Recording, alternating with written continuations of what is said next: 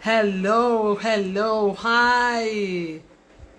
Hi, IQ Food Platter, that's my sister. Good to have you here. Good day, everyone, and thank you for coming. Yes, thank you. It's going to be a quick time with us again this Thursday, 30 minutes together. Right, and hey, yes, thank you. Hey, Aminat, Sammy, all of you, my people, thank you. Good to have you here. Join me. Thank you for coming. Yes, thank you. Shina Adeyemi. Yes, thank you all. Hi. Yes. Hey, my people. Good to. I've been a little under the weather. Yes. Good to have you all. Thank you. All right. So thank you. I'll just kick it off while we await others to join us and to hopefully listen to this later on. We started last week and actually started to speak to work-life balance. Really. Because most of the times when people ask me questions, there are questions around work-life balance. Say, Hannah, you do a lot, quite a number of things you do. How do you balance yourself? How do you balance your life? How do you do that? So I realized that I have some, I can actually guide us, especially in how we balance our lives. If you are career people or business people, men or women, we want to be able to make that management of our time so we can get the benefit and value of life itself. And last week we began to explain what career was. We also spoke to what life was generally, and then we concluded, we all agreed that work or career, if we assume both to be the same for this purpose, that leg exert a lot of pressure on us because of the obvious. That's where the butter and bread is coming from. Money is coming from there. It's structured. You have meetings, you have reviews, you're evaluated, and also the vacation you want to have, the house rent, everything is resting on this element of work or career. So what that then means is you will naturally want to give it your all. And the 8 hours or 7 hours most times become 10 or 12 hours. You will deliver and over-deliver, So, we concluded that puts its pressure. And we did say that what that means is if we are not careful, we won't have enough time for our life. And the life has other pillars in them. Life means our relationships, the family, parenting, community, socials. All of those will fail. And then there's a third leg, which is personal. These are the things we really love to do, what we enjoy doing ourselves, what we love to do. Those are even deep. You find that most times, if you're not careful, we will not be able to niche into those things we enjoy doing, create time or have time for doing them. So today, I really want to talk to us. I want us to speak to deepen the conversation around decision making. Because if we don't take the right decisions, we're going to continue to fall flat. And I thought, okay, let's deepen that conversation around decision making. And I'm going to share I'll try and share some practical experiences, here. How do we take decisions that help us? So let me open by saying that our work life, we did say if there's no balance anywhere, it's an integration or management. Okay? You know what is priority per time. And you give allocation. You allocate your priority to that which is important. We did say there are urgent things that sometimes are not important, okay, and that we must be able to know what is urgent, what is important, okay. So back to decision making. How do we make decisions that are far-reaching, that will impact us, that will impact us well, as business people? And so today, I want to speak to 5 keys generally, 5 keys to help in our decision making. First point to note is, okay, what is decision making? Decision making, by my own explanation, will be the capacity. I believe it's a capacity or the ability to be able to juggle between alternatives and zero in on the most effective, most efficient, most productive, most intelligent, most wise action to take. All right, it's my explanation. So each time we're taking decisions, usually before any decision is made, whether intentionally or sporadically, there are thoughts going on in our minds that is helping us make that decision, make that choice. Decision making is a choice, or our choices we make. Hi, BC baby, bless you, my darling sister. Right, so that is what it is about decision making. So there are 5 keys to decision making, or five keys that I want to first share on decision making. First is that in making decisions, we shouldn't make decisions that are important too urgently. Important decisions should not be made urgently. What that means, what is urgent means you take it now. I've made a blunder before in my life by taking important decisions on the spur of the moment. I just decided, and bang, spill on my face. I'm like, wow, I shouldn't have done that. And that's because I was just quick to want to make that decision without thinking through it. And that's why, like I said last week, personality comes to bear. And maybe next week or so, we're going to discuss personalities. Because if you don't know the baggages, or the baggage and the good and bad of your personality, you continue to fall foul of the negative leg of your personality. Okay. So now I understand my personality a lot better. I know some things I'm weak at, and I'm trying to now guard against them because I know. Before now, I didn't know. Years ago, I didn't know. I just thought, yeah, that's me. That's what and that cost me a lot. I believe that in terms of the successes that I made in career and in business so far, by God's grace, if I knew what I know now, I would have done better.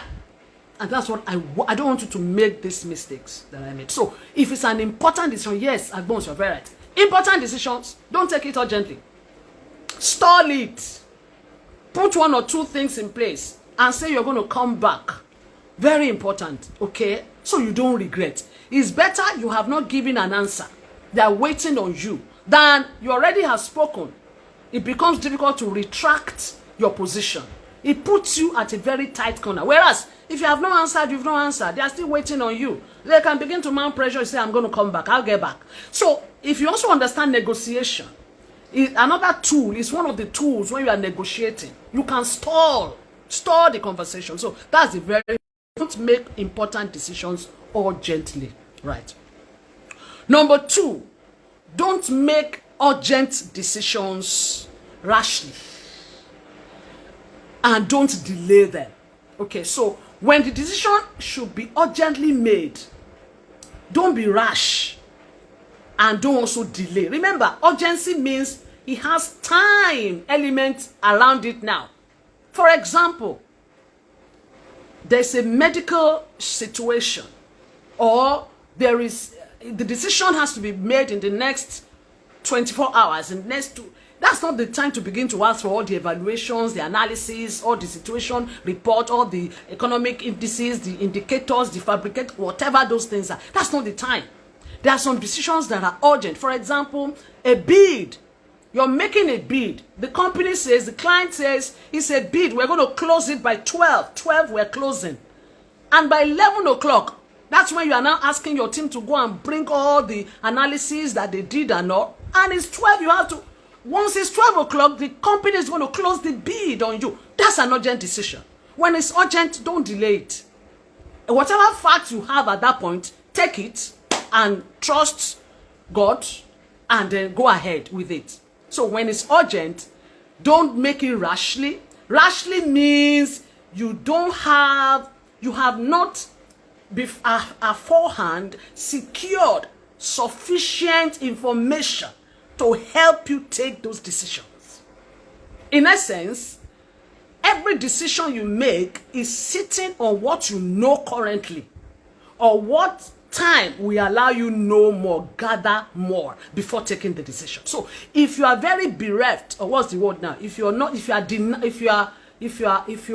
the English word? If you are light, if you don't have sufficient information, if as a human being you are not carrying sufficient information as you go in life, it will continue to impact you, because there are some decisions that will be urgent that you will not have enough time to go and read up and understand. For example, someone calls you for an interview, a chat. They call it a chat. You thought it was a chat. It became a proper interview, but you weren't prepared for it. You went for that meeting because it's urgent. They say meet us tomorrow by so and so time. You went in for it. And unfortunately, now they started asking you very deep questions. You weren't prepared for it. So that means it didn't meet you. There's what Yorubas call ajesara. Permit me to say. Ajesara is almost like what you have stored up. Okay? If you don't have some stuff stored up, believe you me, you will fall flat at those moments, because there are not times for you to begin to go and look for answer at that point in time. Okay, all right. So we've discussed the second point. Number one, don't make important decisions urgently. Number two, don't make urgent decisions rashly, and don't delay them. Number three, don't make important decisions if you are not in the right frame of mind. If you are not in the right frame of mind, don't make important decisions. Okay? So, one is urgent. You just want to make it. Number two is when you are not in the right frame of mind. My husband shared the story of someone with me, who, yes, busy opportunity meets with preparation. He shared a story of someone with me. This man is a bourgeois. He has money. But guess what? He's a business mongol. He had money, he has businesses and all. But he will never sign checks at any time past 2 p.m. He will not sign checks. In fact, I also know someone who is like a big uncle, a brother, and a mentor of sorts to me and to us as a family. There are some things he'll tell you, Sister H, my bro, sorry, no, that can't happen. Once it is so and so time, I shut down. I don't do it. So, you must know yourself. You must know yourself. The one who said he doesn't sign checks anytime from 2 p.m., then I think my husband was telling me, said he knew or he knows that between morning and 2 are his peak period in time of his thinking. This working system, he's active, he's alive, he's stable at that point. Once it's 2 o'clock, past 2 o'clock, he is not together anymore. He is already tired. He's fatigued mentally. He knows, even though it's just 2 p.m., he's already fatigued. He will not take serious decisions. So when you are not ready for it, that is, when your frame of mind, when you are tired, for example, and many of us, we fall short here, because most times we're under pressure. Because important decisions, we are now beginning to feel some urgency around it, okay? And that just makes us want to continue to push and take those decisions, because we are longing for those things and it can be dangerous. Okay, so that's the third one. Don't take important decisions if you're not in the right frame of mind. Number 4, don't take important decisions if you have not considered all options. If you've not considered all options, okay, that means in taking important decisions, you must try to always consider the options. What are the options? Evaluate the options, right? Because when you evaluate the options, it becomes easy for you to say, okay, this, that, and I'm going to speak to that a bit more. Yes, you can take this one. And number 5, you should set your values and live by them ahead of any decision making. What do I mean? Once your life values are already set and capped, it helps your decision making. For example, and I think we mentioned this last week. If, for example, you're working in a place, you just got a job as a female or a male, you work in a place, and what goes on there is, man, for you to be promoted, you have to date the chairman. Dating the chairman, no promotion. So, for you, if your value system is already set, and that's not part of your own culture, it's not your value, it's not what you do, the decision is already made. You don't even need, it's already made. You know that your option, you have not gotten a job. You simply just tell yourself, okay, I think I just strayed in here. I'm going to have to stray out because I cannot fall in here. Our values don't align. It helps your decision making. So you must be clear on certain values about your life. it helps your decision making. Okay. All right. Now let me then. Those are 5 keys. Now let me then pull us to when it has to do with personal decisions. You know what I've spoken to now, like general decisions, external decisions. Let me now speak to us on personal decisions. In taking personal decisions, what are those steps that helps us in taking? There are 7 steps to consider in taking personal decisions. These are your decision. The first thing is to set your goal. What is my goal? Financial goal, digital goal, marital goal, family goal, whatever goal, educational goal, whatever those goals are. First is set your goal. What is your goal?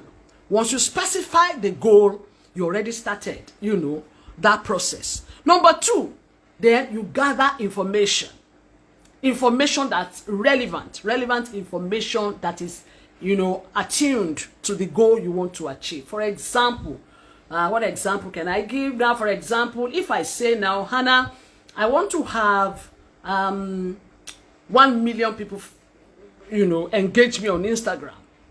It's a goal, and we know that when setting goals, there are processes to setting goals. There are goals have to follow the SMART process, isn't it? You know, it has to be specific, measurable, achievable, realistic, and time-bound. So you set the goal to say, this is what I want to achieve. By, I must say, it's not goal if I just say, I want 1 million followers on Instagram. No, it's not. That's a bad goal, badly set goal. I must be able to say, I want 1 million people to follow me by, because it can be 2023, it can be 2029. So I put time on it. That's a goal. The next thing I begin to do, I begin to gather relevant information, you know, that is going to help me in some decisions I'm going to make about that goal. So I may begin to ask, okay, who understands digital marketing here, right? If I want to get more people on Instagram, what do I need to do? Okay, Hannah, you can read up this, you can follow this blogger, you can read up this notes, you can do this. Oh, you need content. And your content must be those who want to follow you and people who want to know that. I begin to gather those information. Number 3, I'll then begin to review. You must be able to review and weigh the options. Because you won't be able to take you won't be able to execute all the options that are given you. You will still have to prioritize. So, for example, going by that my example to say, okay, I want to get 1 million people on Instagram in the next 1 year. There will be questions around, okay, maybe somebody say content. Under content, there may be 5 examples, 5 types of content that I may want to put up. Oh, Hannah, talk about marriage. Hannah, talk about lady in career. Oh, Hannah, talk about men in career. Oh, Hannah, talk about teenagers and youth when they're just starting career. Oh, Hannah, talk about... So, the options... all those will come. So I'm beginning to put and filter all of them together, all of that. Now I'll begin to review and weigh all the options. Okay, this option, that option, all right. As I weigh the option, I'll be considering consequences together, because as I'm weighing the option, I'm telling myself, Hannah, are you competent in that? Can you deliver that? Oh, I cannot deliver that. But I can ask BC Peter to help me. Oh, I cannot deliver that. But from Babinti Ashai can help me. Agbons will deliver this for me. Oh, you know. So I'll begin to weigh the options, consider consequences, and say, no. This one I know. Equal will do it for me. I know this is Sammy Rugby. I'm talking about retirement. Sammy, that's our area. I'm going to call. So as you begin to weigh, you begin to consider who can help. And you begin to see if that's the approach you want to follow, right? And then you make a choice. Because eventually you still have to make a choice. You make a choice. And then once you make a choice, you then execute. As you execute, you then begin to evaluate your output versus the goal. So I've decided and I've gone ahead. And I then begin to say, okay, what did I want to achieve? What have I achieved based on the decision I made? I then review, and I most likely will have to go back, because once you review, usually there will be gaps. There will be gaps. You realize that, I didn't make it. Oh, I thought I would make 20,000 by now. No, we're just on 5,000. What went wrong? What have we not done? Okay, you have to go back. Sometimes you go back to your goal to say that goal is too ambitious. It's not attainable. It's too stretchy. That goal is not realistic. So we have to take it down. 1 million is too much. Take it down to 100,000 people, all right? And reduce the time, that kind of a thing. So we follow that, that process in decision making. We're doing this, I'm situating this with the theme, which is around the work-life balance, the decisions we make. And I also want to note that for every decision, it meets us with our nurture, how we grew up. There are some things about life that we know based on the peculiar situations we met ourselves. Then, okay, is that yes, how we grew up, right? There are some of the things we knew as we were growing up, we began to learn, we began to learn. Nature was teaching us some things, education was teaching us some things. So for each individual, we are encyclopedia of a lot of information. A lot is inside of us. All right. But so when you have to take decision, you will see that the decision will begin to filter around all the things you knew, plus what you're gaining, what you're hearing, to help you zero in. You can do, at some point, really, you do scenario analysis. What scenario analysis? What ifs? What ifs? What if we don't get that? What do we do? If we don't get that, we must stop advertising. If we don't get that number, we'll stop advertising. We'll make a review. If we get that, we'll continue to advertise. So you can do all of that to get you ahead of the output you are eventually going to get. Hello. Are you still with me? Okay, yes. So I thought we should discuss decision making much, because in work-life balance, every decision you take there's an alternative forgone. The time you spent here now has denied you 30 minutes you could have spent elsewhere. And life just continues like that. If we are not careful, this is how life continues to go, And before you know it, we must learn to say no as part of decision making. We must learn to say yes to some things and say no. And where you are weak, we should please try to get other people to help us. All right? For example, I know that sometimes I can give in to so many commitments by my nature, because I just want to be everywhere. But I know that's not healthy. I know it's not healthy. I know it's not realistic. And as I'm growing, I'm realizing that, look, there's a lot of pressure. But I like to do these things. So what have I done? I have to put systems in place. There are people who are checking me, who will tell you, Hannah, you can't do that. Hannah, you can't go there. Someone will call me, Hannah, no, that thing you've just said, no, that's not right. Hannah, you can't do that. You need people in your life who are bold and sufficiently close to you to tell you the truth, even about the decisions you make and the output you get. They are God sent, and we must encourage that. If you are here, you don't like feedback, you don't take it well, then there's trouble. There's trouble, because no one will be able to give you and say to you some things that you need to know and hear about yourself, okay? When you are able to get feedback, it helps your decision making. Because those errors you made yesteryears, if you get feedback now, you will not make them again, because you will change. So if for example, you're here and you are in an organization and people in the organization do reviews sometimes. I used to do that. What do? We'll just pass paper around to everybody across this table. Okay, we'll put on the picture of Hannah. This is Hannah. Don't write your name. Hannah. What is good about her? You just draw 2 lines, two columns. What is working well? What is not working well? Everybody, Hannah, let's write. Everybody, they will write about me. They will write about me. They will write about me. We pass it together. Okay, who else? Jibike, Kelechi, Jerry. After it, we now begin to cumulate it and we begin to read to everybody. Most times, you will see that they will tally. Minimum of 2 people will say some things about you, or 3 that are consistent. Sometimes almost all of them will say the same thing about you, especially the bad things. To say you are rash, you decide too many things, or you push out in so many things, or you stretch us too much, and all of that. It will help you in taking decisions going forward, because now you have the benefit of input from your internal people, those who know you. You can spread this beyond your internal staff to even your friends. These days, with technology, you can actually send Google form to people who are your friends to say, I just want to check about me. Can you help me? Just 2-3 points is fine. It's a lot of value to you.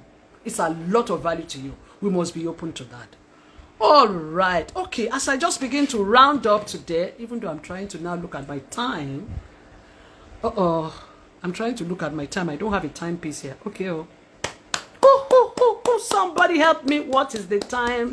I don't have a timepiece. I don't know. Please come in the room and let me know what the time is. Thank you. Right. So, going back to, you remember, it's all about work-life balance. And I did say I was going to share an example about decision making. I don't know if it's here I shared an example of a blunder I made because it was an important decision and I made it rashly. And I believe, oh, thank you. Okay, yeah, I have just 3 minutes. Okay. Thank you, darlings. Thank you. Right, 3 minutes. So I don't know if it's here I shared it otherwise. So it was, my MD came to me and said, Hannah, casually. And he just said to me, Hannah, I'm thinking that I should take you to another market. That means I want to send you to another, I think I was thinking of West Africa, West Africa market or whatever market. And right there I said, no, I don't want to go. In fact, I suggested another person right there. He said, no, that guy can't go. I'm like, why? He said some things about that guy, this guy. And I began to defend that guy like. I defended him so much that eventually he sent the guy because I declined. So, what I know now, if I knew it then, if I had a mentor, if I had a mentor who I shouldn't have, that was an important decision. Because there were some domestic issues we were having, I was facing, and I knew I couldn't travel then. But notwithstanding, I should have booked the spot first. Then I will come back home, discuss with my husband. We'll then find a way around it. Because I might have used that to say, okay, how long will I go? Can I just go for a short time? Maybe 6 months only and come back. It would have impacted my career more positively, isn't it? But that was an important decision. And I just took it on the spur of the moment. And there are other decisions I've taken like that too that didn't work. Because I just took them. And they're important. So we must learn when it's important. Let's not take them. Let's hold on. Brew on them. Pray if you are a Christian, if you are a Muslim, pray. Anybody, whoever you are, take personal time to think about it before you make a decision as to what. So decision making is very important. Thank you for deciding to be with me every Thursday, 12:30 to 1 p.m. I'm hoping that we're going to continue to learn more as we go ahead. And thank you for those who joined the free webinar yesterday. It was fantastic. Thank you. If you missed out on that, replay is possible, is available. And only for some small money. Yes? But if you're interested, let me know. Thank you, everyone. I'm sure by now it's about 1 p.m. Thank you. Do have a good evening and do have a good weekend loading. Thank you very much. Bye-bye. Bye.